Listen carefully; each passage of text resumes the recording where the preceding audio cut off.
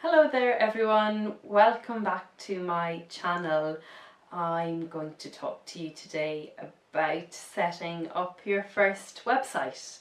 I must say this was probably one of the elements of starting my photography business that I was most excited about. I just really loved the idea of having my own website to showcase what I'd been working on.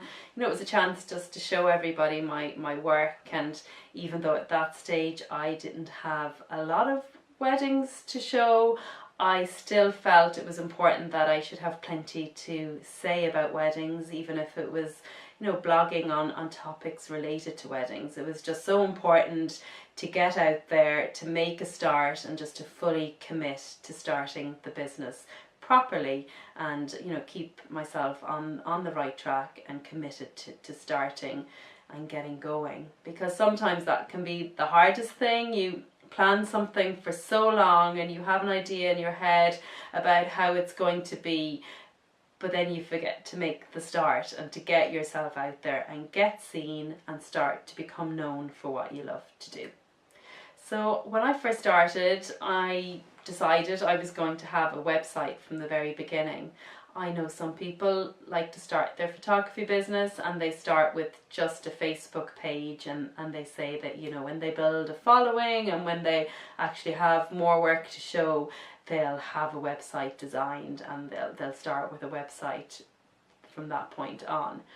For me, I felt it was more important to have a website from the very beginning, to have a proper shop front for me and for my work, something professional that people could come and look at and browse through, connect with, and get in touch with me, have a proper contact page, have a proper way for people to be able to find out who I was and how they could get in touch with me. So obviously when you start a business, you don't have a huge amount of resources available to you. When I started, most of the money that I had available to me I used for my equipment and getting started with my my 5D and my backup camera and my lenses, the lenses that I wanted to shoot with. So I focused my expenditure on my equipment, on a little bit of advertising. We'll talk about that another day. So I decided my website was something that I would try and do myself. I had no idea of how to start a website, of how to even purchase a domain name, but it's surprising when you're excited and keen about something and you're eager to learn, how quickly you do learn and how quickly you do pick up a few tips and tricks along the way in how to get started. I'd heard from another photographer about a website called Profoto, and they offer design templates for wedding photographers who are designing their own website. So with just $150, I think that was the starting price back then for a Profoto website, I went online, I browsed the templates that they had available, chose one and got started on my very own website. There was a few steps along the way which, like I said at the start, I had absolutely no idea of what I needed or how to go about it, but I quickly learned that if I had a website, it needed to be hosted somewhere, and that I needed to have a web address, a domain name for people to find that website.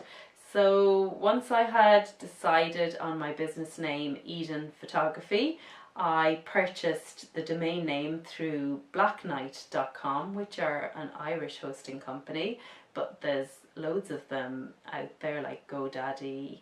There's lots of international domain name places that you can buy domain names from, and they often do hosting as well, which Blacknight did offer. So I took out my hosting with them, so somewhere for my website to sit in the world of the internet, and I had my domain name ready to go.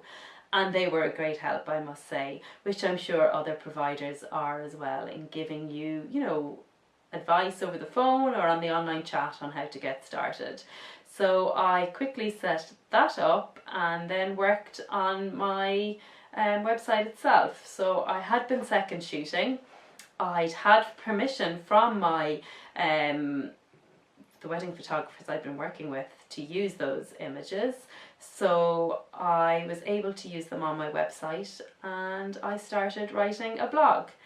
So I would take images from the weddings that I had been second shooting at.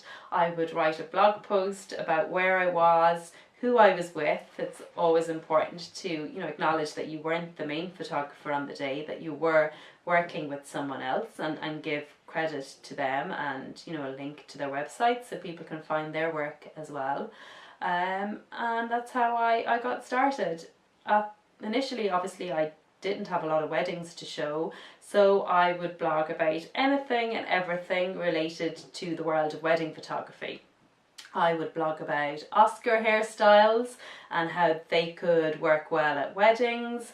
I even remember doing a blog post about Gossip Girl. When Blair in Gossip Girl got married, it was a big thing if you followed the show. What they would wear would be, you know, talked about. So I knew that, and I did a blog post about it. And to this day, it's still one of my most viewed blog posts 5 years on.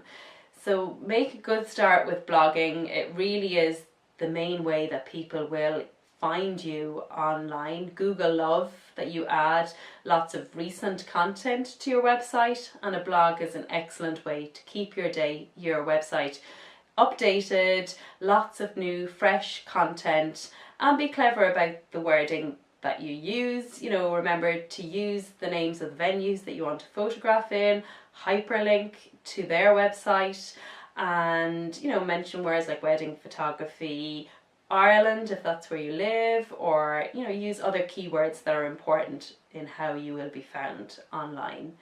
So I did all of that. I had my blog up and running. I put together a gallery of images for brides to see, created a contact page so that people could get in touch with me if they wanted to inquire about my availability. And that was really it. It was quite a simple website to start with. I had no knowledge of how to create a website, how to design a website, but really ProPhoto made it so easy. The templates were there, ready to use. You didn't need any coding knowledge or any, you know, any kind of idea of how to, you know, code at the back end of a website. You literally would just drag and drop and play around. There were mistakes that I made that I learned quickly, played around with, and, you know, I got there. I decided to go with WordPress for how my website would be laid out. I've always stuck with WordPress ever since. I'm so familiar with it now that I can quickly navigate the back end of my website, even though now it's been professionally designed. The basics are the same. I've a good foundation in how to use WordPress now over the years, so I've stuck with that. But I really would encourage you to move beyond your Facebook page, have a website done. If you can afford it, have it designed professionally, but you really don't need to when you're starting out.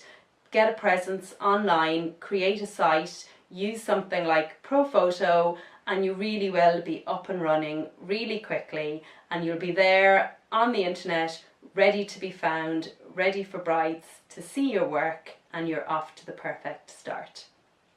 So that's it for today. I look forward to speaking to you again soon. Have a great day, and thank you for tuning in.